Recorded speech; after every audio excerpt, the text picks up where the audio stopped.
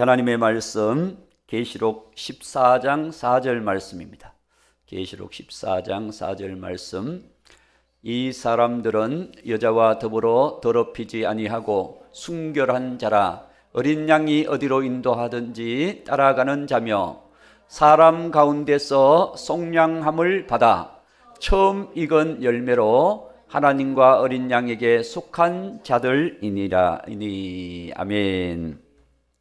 예, 오늘 우리 오후 실방 계시록 말씀 처음 익은 열매라고 하는 주제로 함께 은혜 받고자 합니다. 함께 기도해 주시고 참여해 주시는 모든 분들 늘 이름만 들어도 감사하고 한마디씩 또 응원해 주시는 그 은혜가 감사하고 늘 감사할 뿐입니다. 우리는 예수님의 신부입니다. 예수님은 우리의 신랑 되신 예수, 예수님은 우리의 모든 믿는 자의 신랑이 되십니다.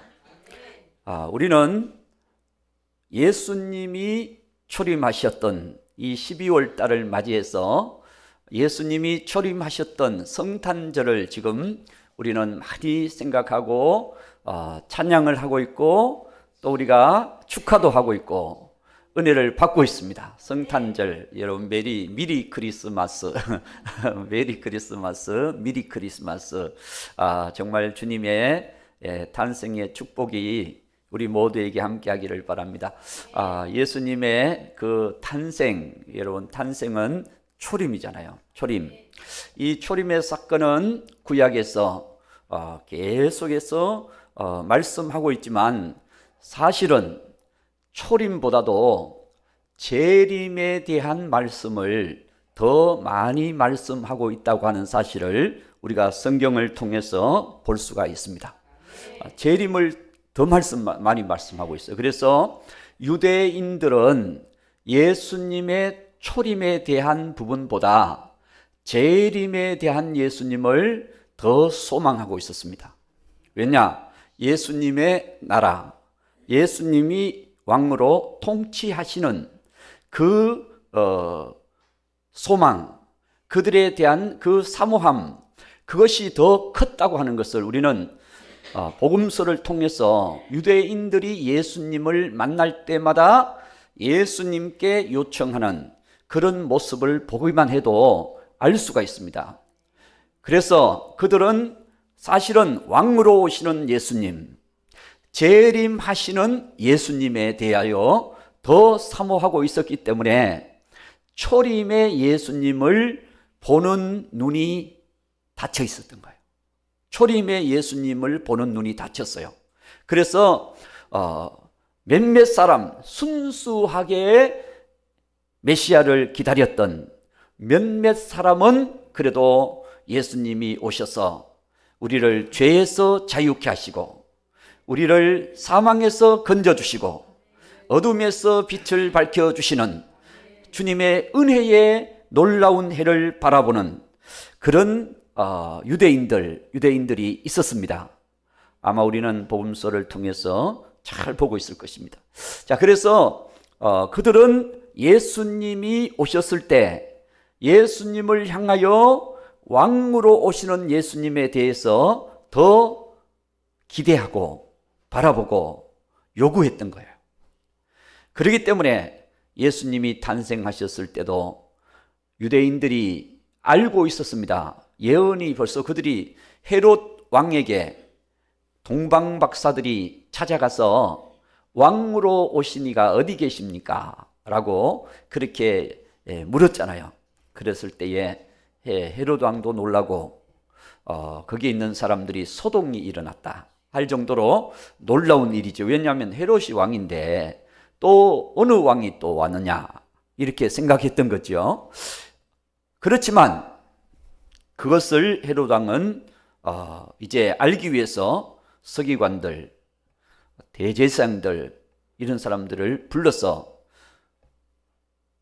유대인의 왕이 나면 어디서 났겠느냐라고 이렇게 질문을 합니다. 어디서 왕이 났겠느냐? 그렇게 얘기하니까 유대 베들레헴이오니라고 그들은 예언의 말씀을 가지고 있었음에도 불구하고 베들레헴에 가서 예수님을 경배했던 사람들은 아무도 없었어요. 이게 놀랍지 않습니까? 그들이 기대했던 예수님은 육으로 와서 십자가를 지시는 예수님이 아니라 왕으로 와서 그들을 그 억압에서 자유케 하고 그들을 다스리는 그 왕된 예수님을 더 기다렸기 때문에 그들은 초림하시는 예수님을 보는 눈이 닫혀 있었던 것입니다. 그래서 그들의 눈에 수건이 가려 있었다. 그 수건을 벗어야 예수님이 보이는데 그 수건이 가려 있다 보니까 예수님이 보이질 않는 거예요. 그래서 그들은 예수님을 십자가에 못 박도록 예수님을 십자가에 못 박아라고 외쳤던 그 유대인들, 그들은 메시아를 기다리고 있었음에도 불구하고 예수님을 메시아로 왕으로 인정하지 않다 보니까 예수님을 십자가에 못 박으소서, 십자가에 못 박으소서 그랬잖아요. 그렇기 때문에 우리는 그 사건을 보면서 이제 우리가 오늘 이 마지막 시대를 살아가는 우리가 교회는 재림의 예수님을 이제 바라보고 사모하고 우리 마라나타의 신앙을 가지고 재림의 예수님을 준비하는, 어느 정도 우리가 준비하라 그랬습니까? 허리에 띠를 띠고 등불을 들고 2경, 3경, 4경 어느 시점에 예수님이 주인이 오시더라도 문을 열고 맞이할 깨어있는 믿음이 되라고 분명히 말씀하고 있습니다. 그래서 오늘 우리는 마라나타 찬양을 할 때는 은혜를 받아요. 그런데 과연 마라나타의 신앙, 오늘 예수님이 오신다, 정말 오실 때가 가까워졌다 라고 하는 사모하는 마음은 굉장히 약해져 있다는 거죠. 왜 그러냐? 예수님의 재림의 의미입니다. 예수님이 왜 재림하시느냐? 이것을 우리가 오늘날 교회가 그것을 보는 눈이 여러분 감겨 있어요. 유대인들이 초림하시는 예수님에 대한 눈이 감겨 있었던 거예요. 그들은 재림의 예수님을 기다리고 있었어요. 왕으로 오시는 예수님, 언제 왕이 되실 것입니까? 주의 나라가 어느 때에 이룰 것입니까? 이것을 그들은 기대했지만 그들에게는 초림의 예수님을 맞이를 못했습니다. 우리가 오늘 교회가 재림의 예수님을 맞이해야 됩니다. 재림의 예수님을 맞이해야 되는데 중요한 것은 왜 예수님이 재림하시느냐? 천국 가기 위해서 재림하신다. 사실은 지금도 믿으면 우리가 믿는 자는 예수님 안에서 누구든지 다 천국은 가잖아요.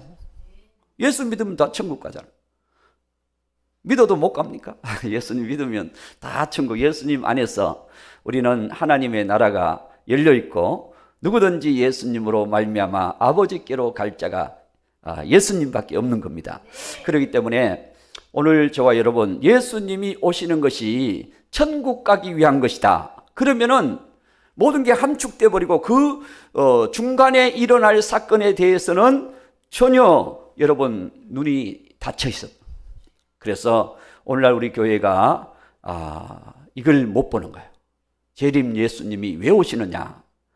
19장 계시록 19장 재림, 그리고 계시록 20장 천년 왕국, 메시아의 왕국이거든요. 그리고 백보자 심판이 있고 21장 이제 천국으로 22장 들어가서 마무리가 딱 됩니다. 그렇기 때문에 예수님이 재림하시는 것은 예수님의 나라, 여러분 그 나라가 온다는 것입니다. 그것이 지금 예수 믿음으로 영적으로 다스리는 나라가 아니라 지금 예수님이 우리 안에서 오셔서 주인이요 구세주요 왕이시니까 지금 우리를 다스리시죠. 그래서 마음의 평안도 주고 기쁨도 주고 소망도 주고 주는데 재림하시면 천국으로 가버린다. 그러면은 재림에 대한 소망이 우리에게 뭐가 있겠습니까? 아, 그래, 죽어도 천국 가고, 주님 오셔도 천국 가고, 천국 가는 일인데 뭘 주님을 그렇게 기다리냐. 그냥 지금 현재 열심히 잘 살고 있다가 그냥 천국 가면 되지. 이렇게 생각하는 거예요. 그러다 보니까 죄에 대한 천국에 대한 사모함이 없어져 버린 거예요. 그래서 오늘 우리 마음속에 메시아의 나라, 여러분, 천년 왕국, 메시아의 나라가 성경대로 온다는 것입니다. 오늘날 우리가 여러분 극동 방송에서 장종현 우리 백석교단 총장님이 강조하는 게 있습니다. 신학으로 구원받을 수 없다. 신학으로 천국 갈 수 없다. 신학으로 우리가 깨어날 수 없다. 그걸 굉장히 강조하시더라고요. 말씀으로 돌아가야 된다. 예수님께로 돌아가야 된다. 이 말씀을 굉장히 강조를 하시더라고요. 그러면서 지금도 계속 매일 강조하시던 매일 여러분 극동방송 한번 들어보세요. 들어보면 말씀으로 돌아가자는 거예요. 여러분 그래서 우리가 계시록을 볼 때 1장에서 22장까지 구구절절을 연결시켜서 이렇게 볼 수 있는 여러분 능력, 그 능력은요 전체 퍼즐이 깨어지지 않으면 그렇게 한 구절 한 구절 이렇게 해석하기가 쉽지 않습니다. 물론 그 구절은 해석할 수 있습니다. 그러나 연결되지는 않다는 거예요. 연결되려면 여러분 퍼즐이 맞아야 돼요. 그래서 어느 한 사건을 우리가 주장할 수는 있어요. 어느 한 사건을 우리가 그렇게 말할 수는 있어요. 그러나 그 사건이 다른 사건과 어떻게 맞물려서 돌아가느냐, 이것을 우리가 깨닫기 위해서는 다 연결될 때 여러분 1장, 2장, 3장, 4장, 5장까지는 그냥 주르륵 연결이 되잖아요. 그래서 6장, 7장, 8장, 9장, 22장까지 그 부분들을 딱 퍼즐을 깨 맞춰서 말씀대로 이 역사 속에서 어떻게 이루어질 것인가, 어떻게 나타나실 것인가, 이 부분들을 우리가 함께 열어간다면 하나님의 말씀이 분명히 여러분 쉽게 보여질 것입니다. 계시록은요 굉장히 쉬운 말씀이거든요. 어려운 말씀이 아닙니다.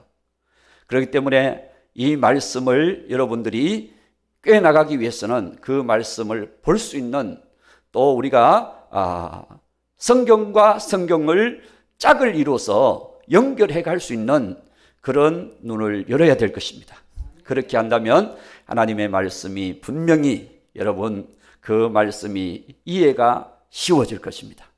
그래서 오늘 우리는 처음 익은 열매 얘기하려고 하다 보니까 서론이 너무 길었던 것 같아요. 이제 끝날 때 다 돼가는데 서론이 너무 길었던 것 같은데 여러분 처음 익은 열매, 우리 이것은 14만 4천 명 14만 4천이 14장 1절에 천상에 올라가 있어요. 천상에 올라가 있어요. 그러다 보니까 오늘날 신학적으로는 우리가 14만 4천 하면 우리가 거의가 어떻게 주장합니까? 구원받은 전체의 숫자다 라고 이렇게 얘기를 하거든요. 구원받은 모든 숫자다, 그렇게 말씀을 하는데 사실은 그것도 여러분 해석이 안 됩니다. 전체, 왜 구원받은 전체의 숫자냐 라고 했을 때 이게요 나오기는 14만 4천이 유대인에서 나오는 것처럼 보여지잖아요. 계시록 7장에서. 그렇죠? 그러나 계시록 7장에서 이 14만 4천 명은 주의 종들이다 라고 3절에 7장 계시록 7장 3절에 보면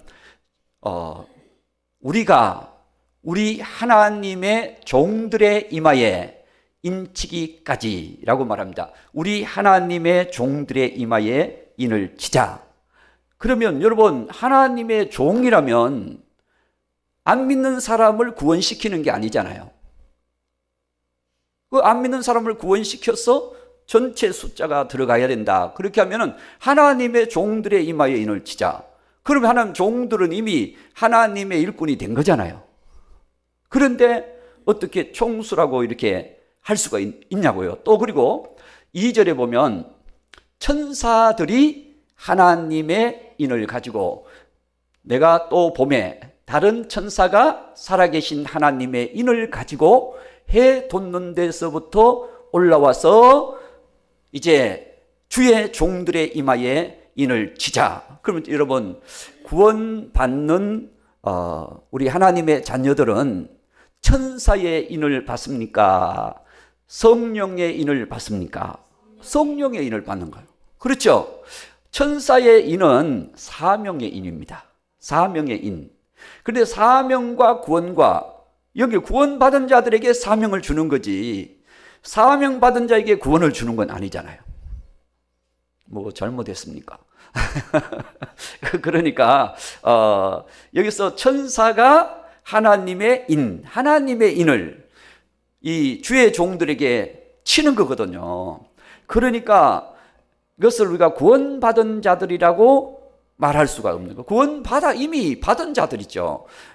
침으로 구원받은 전체를 얘기한다. 그러면 이게 잘 맞질 않는 거죠. 그리고 또 보면 5절에 보면, 자 7장 5절에 보면, 자 그걸 유다 지파 중에서 인침을 받은 자가 1만 2천 명이요 라고 나와 있습니다. 그거 보면 이스라엘 지파 중에서 뽑아낸 사람들이지 전체를 얘기하는 게 아니라는 거예요. 이 14만 4천은 전체를 얘기하는 것이 아니고 선택된 사람들 중에서 특별히 뽑아내는 거예요.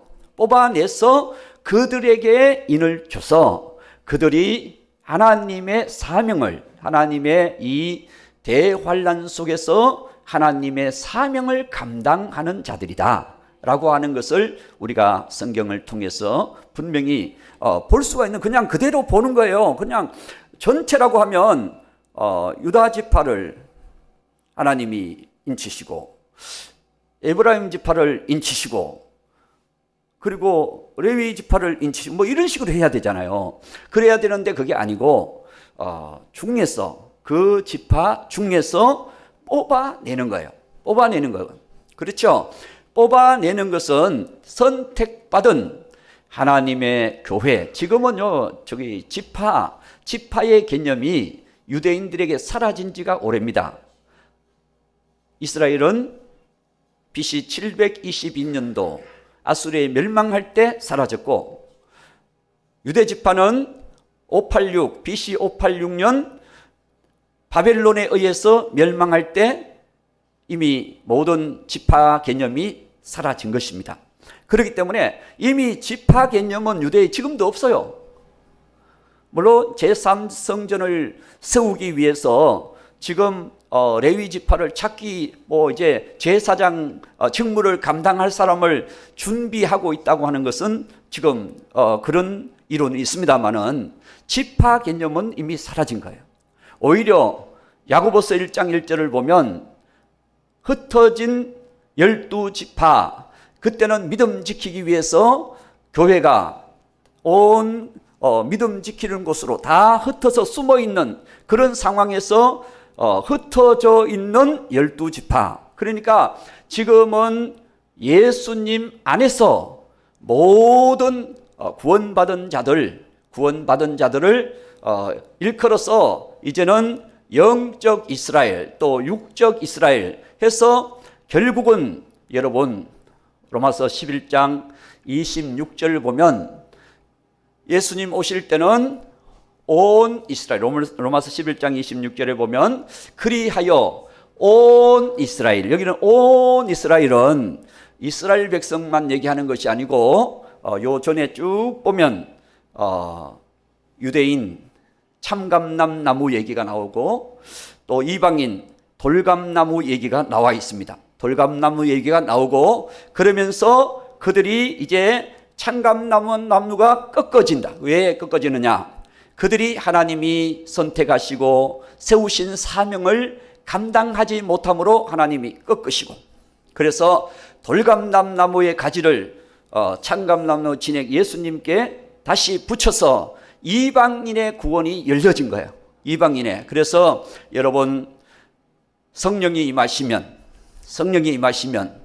예루살렘에서부터 온 유대와 사마리아 땅끝까지 이르러 예수님의 복음이 증거될 것을 말씀해 줍니다.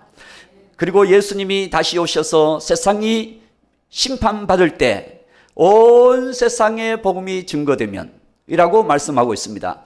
이와 같이 로마서 11장의 말씀에는 이방인의 충만한 수가 차면, 이방인의 구원받은 충만한 수가 차면 이제 예수님이 오셔서 다시 그 복음이 예루살렘으로, 유대인들에게로 돌아가서 이 마지막 예수님이 오실 때는 온 이스라엘이 예수님 안에서 구원받게 될 것임을 거기서 건져 주시기를 말씀해 주고 있는 것입니다. 그래서 예수님 오실 때는 여러분 모든 것이 다 회복이 되는 거예요. 회복이 되기 때문에 오늘 저와 여러분들이 이 말씀을 보면서 이 14만 4천 명은 왜 구원받은 총수가 될 수가 없느냐라고 하는 것은 오늘 말씀의 주제를 보면 처음 익은 열매, 여러분 처음 익은 열매인 14만 4천 명, 그러면 이들이 그러면 처음 구원받은 사람이냐, 모두 구원받은 사람이냐, 아니면 누구냐라고 했을 때 여기서 처음 익은 열매라고 하는 것은 구원의 개념보다 부활의 개념이 더 강하게 나타나고 있다는 사실을 우리가 알아야 됩니다. 부활, 처음 익은, 구속받은 처음 익은 열매는 부활의 열매거든요. 부활의 열매. 그래서 오늘 저와 여러분 이 14만 4천 명은 무슨 일을 하다가 그들이 부활을 했느냐, 이 일은 그들이 하나님의 종들로서, 하나님 종이라고 해놨으니까 그걸 가지고 우리가 뭐 구원받은 사람이다 안 받은 사람이다 얘기하기보다는 그냥 성경에서 하나님의 종들이라 그러니까 하나님의 종들, 여러분 계시록에는 하나님의 종들에 대한 이 구조를 우리가 잘 보면 1장 1절부터 다 연결됩니다. 1장 1절을 볼까요?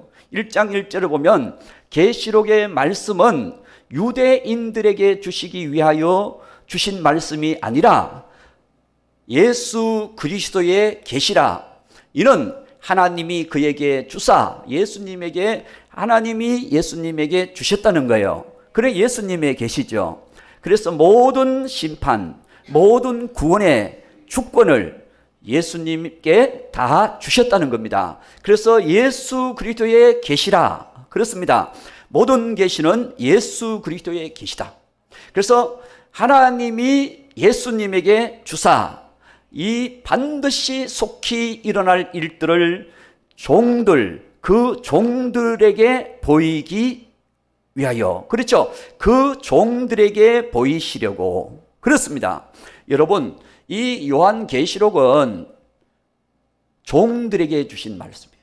그래서 오늘 우리 하나님의 종된 우리 교회의 모든 목사님들은 그냥 계시록 그냥 읽어가면서 그냥 설명해도 되는 것입니다. 왜 하나님의 종들이니까 그것을 우리가 그래서 바르게 우리가 연결해서 그냥 성경에서 성경으로 쭉 계시록을 1장에서 22장까지 그걸 우리가 로마 시대로 갔다가 초림 시대로 갔다가 구약 시대로 갔다가 이렇게 보다는 예수님이 장차 종말에 예수님이 오실 때 전후로 그 말씀이 이루어질 말씀이다 라고 하는 것을 우리가 성경을 통해서 볼 수가 있지 않습니까? 그렇기 때문에 이건 유대인에게 주신 말씀이다, 이건 또 교회에 주신 말씀이다, 이렇게 하다 보니까 이렇게 헷갈리고 그렇게 헷갈리잖아요. 그러나 여러분, 유대인들에게 종말의 계시로 주신 것은 다니엘입니다. 다니엘서. 그때는 다니엘이 종말에 대한 계시를 받거든요. 여러분 다니엘서를 보면 종말에 일어날 사건들, 물론 그 시대에 일어날, 그 시대를 맞물려 일어나는 사건도 말씀하지만 종말에 일어날 사건들을 말씀합니다. 그랬을 때 다니엘이 그 계시를 받아놓고도 이게 무슨 뜻인지를 알 수가 없어요. 왜냐하면 다니엘 시대와 예수님 재림 시대가 여러분 얼마나 긴 차이가 있습니까? 그러니까 그 말씀이 이해가 안 되는, 그래서 하나님 도대체 이게 무슨 뜻입니까? 그러니까 하나님이 하시는 말씀이 봉함해 놔라, 봉함해 놔라 라고 다니엘서는 두 번이나 하나님이 봉함해 놔라, 아직 때가 아니다, 때가 되면 열리리라 그랬습니다. 그래서 계시록에는 하나님께서 말씀하시기를 때가 되었다.